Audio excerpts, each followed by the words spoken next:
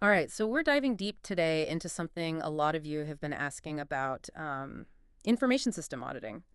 We're going to try to really break down why it's such a big deal in, well, pretty much any organization these days. We've got some great material to work with.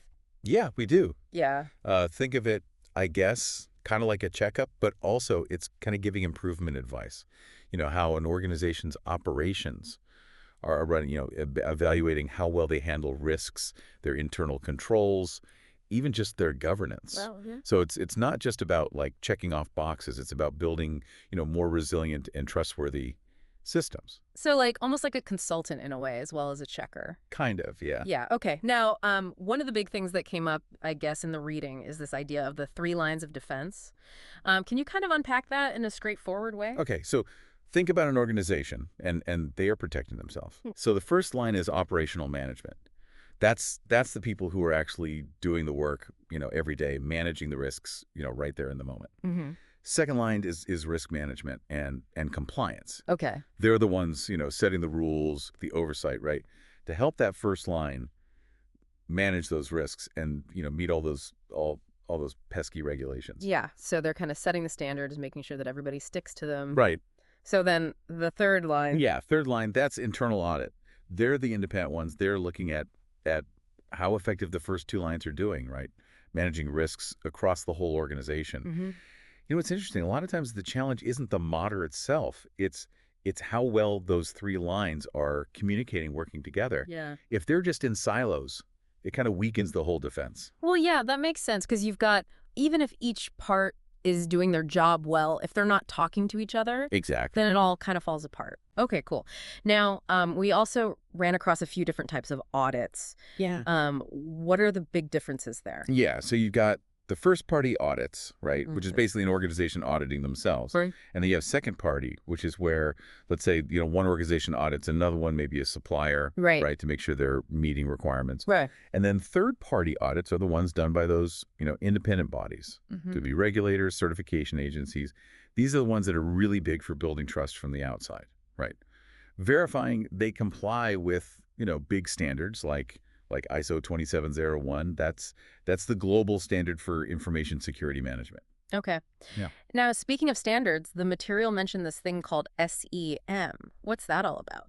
Yeah, that's the State Enterprise Assessment Model. Okay. It's used in Thailand Yeah. to assess how their state-owned enterprises are doing. Mm. So it's really focused on efficiency and transparency. Yeah. And what's interesting is that they consider internal audit, including IS Audit, as a core enabler in this framework, Right. alongside risk management and digital technology. Okay.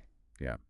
So it's pretty interesting because it shows, like, at a national level, how crucial those functions are seen in actually, meeting organizational goals. Yeah, well, and it's interesting how different frameworks kind of prioritize, different things, but I guess ultimately they all come back to wanting that same, Effectiveness. yeah, effectiveness and risk management, I guess, is really the main thing. Okay. So finally, what are some of the fundamental ideas, the core principles that guide information system auditing? Yeah, that's a great question. It really starts with a risk-based approach. Hmm. You're focusing on those areas that are most critical. And then there's, integrity, objectivity, independence. Those are non-negotiable. It has to be unbiased. Right. Yeah. Yeah. And then competency, that Yeah. requires continuous professional education. You got to keep learning. Well, yeah, especially in a field like this where, technology is always changing. It's moving target, exactly. Yeah. Confidentiality, obviously huge. You've got to be able to keep things confidential. Yeah.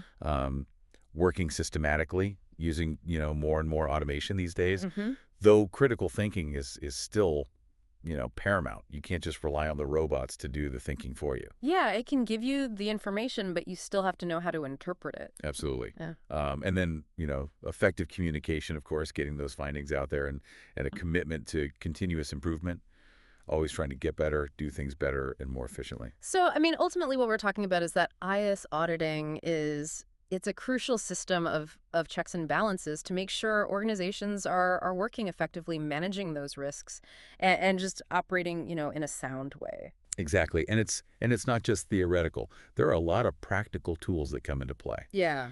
Think about a risk register, You Yeah. know, it's a live document. It identifies all those potential threats, mitigation plans, Yeah.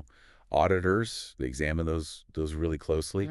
Control matrices, those are like visual maps of the actions that are in place to actually address the risks. Okay. You have the audit charter, which defines the scope of the audit, and the audit plans, which lay out the whole strategy for the audit. Okay. And then, internal control questionnaires, working papers, document those findings, Right. sampling techniques. There's all kinds of specialized software that helps with, data analysis and things like that.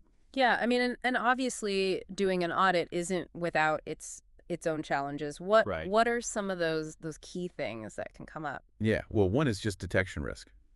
It's always possible you might miss something. Right. And, something called scope creep, Yeah. where the audit keeps getting bigger and bigger. Oh, so it's not focused enough. Yeah, exactly. Yeah. Maintaining that independence, that can Yeah. be tough. You know, making sure auditors have, up-to-date skills, enough resources to do their work properly. Right, because they have to keep learning all the time. Exactly. And they have to have, time and the support to do that. Yeah. Relying too heavily on data that management gives them. What about data security during the audit? Right, their own data security. Exactly. And then, just basic things like poor communication of findings, Yeah. non-compliance with standards. What if nobody actually follows up on the recommendations? It could be all for nothing. Yeah. So, I mean, a lot to think about there. And this is definitely, a topic that I think is going to keep evolving. Oh, absolutely. As we become more and more reliant on these very complex, digital systems. So here's something, to consider. How might the core principles of IS auditing need to adapt to, guarantee that we can keep having trust and security in this world where technology is just changing so rapidly? It's definitely something to think about. And thanks for exploring this with us today. It's been really fascinating to kind of dig into all this. Absolutely. My pleasure. Yeah.